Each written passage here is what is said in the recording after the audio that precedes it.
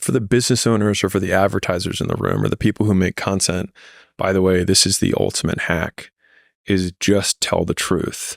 Because when you do that, you will by definition make very unique content because everyone else is so afraid of thinking or saying what they actually think.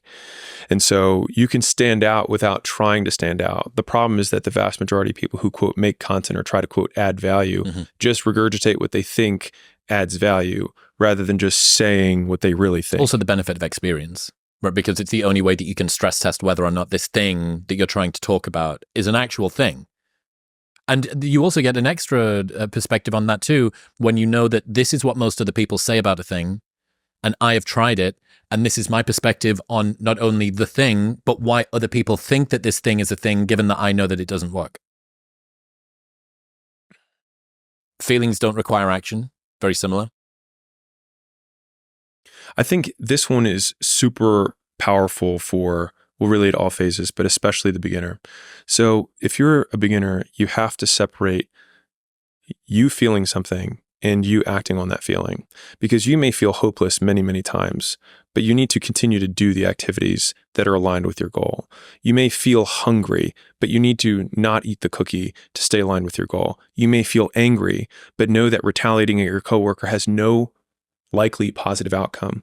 You may hate your boss, but undermining them in front of the team may make you feel good in the moment, but again, destroy your long-term career prospects. And so I think creating a gap. And so I was talking to one of our CEOs who was having a little bit of stress issue. And I said, I want you to think that you're a Yeti can. I want you to think you're one of these cans that has a vacuum between both walls. I was like, you got your feelings on one side, you've got your internal temperature, and you've got your external temperature. And I was like, I just want you to do this. Just create space, and space within the context of behavior is time, which is when I feel something and I have the desire to act on it, you can, at that moment, you have the lowest action threshold, which means that you're the highest likelihood of behaving or doing something is when you have this feeling. And so I want to make as logical of decisions as I possibly can. Hopefully we're all aligned on the fact that logical decisions in general work out better than illogical decisions.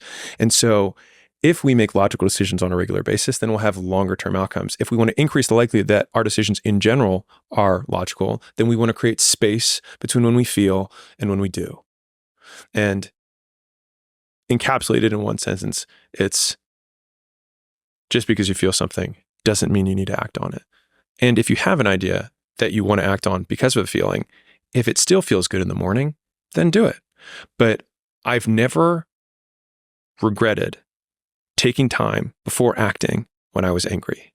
But I sure as hell have regretted almost everything that I've done immediately the moment I felt angry. Things aren't good or bad, they just are. Oh, this is the essence of Mosey. I'm not the only one. So I think what makes life more difficult for people is the judgment they have on themselves about what they believe they're supposed to do or supposed to have achieved, or that this condition or this thing that happened is good or bad, or it should have been good or it should have been badder. And the story of the boy with the horse in the village, I'll tell it in 30 seconds, which is dad gets kid a horse and everybody in the village says, that's amazing. The old man says, we'll see. And then the kid is riding the horse and he breaks his leg, and everyone in this town says, oh, that's so horrible. And the old man says, we'll see.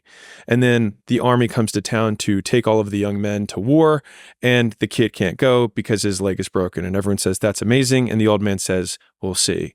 And the thing is that as we continue to play out the timeline of life, we can't know if anything is good or bad until the day we die. And the day we die won't matter because we'll be dead. And so it means that at the end of the day, all of the things that occur simply occur. And for me, reminding myself of that I think this is bad or I think this is good, it limits the peaks and it also limits the valleys. And saying, this just is. And I think it's, in my opinion, absolute acceptance of the world without casting judgment on it. And it's difficult to do because we all want to make judgments, and we have to make judgments in order to live. We have to approximate, this is a good decision, bad decision. This is a decision that will increase the likelihood that what I want to have happen will happen.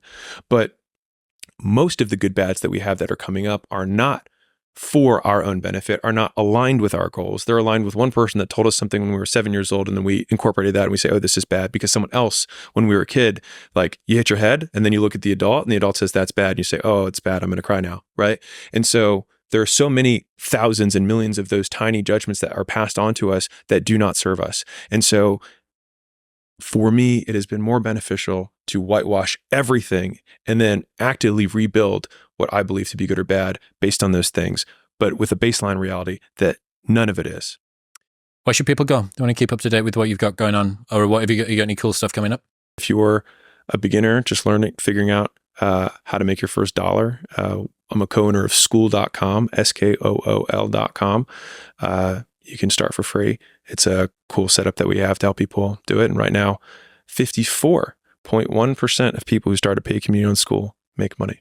So we have put a tremendous amount of effort, Sam and I, into trying to remove all barriers and all friction for people who are getting started so that they have literally no excuses. It's a way better strike rate than OnlyFans. I don't know what their strike rate is, but we've worked really hard to. If you saw the amount of detail, I mean, maybe you heard some of this from the podcast, but the amount of detail that went into like where buttons go and what things we remove was actually a big one. Was how can we so pare this down so that people don't get overwhelmed? Because the number one reason people cancel or decide not to do something is overwhelm.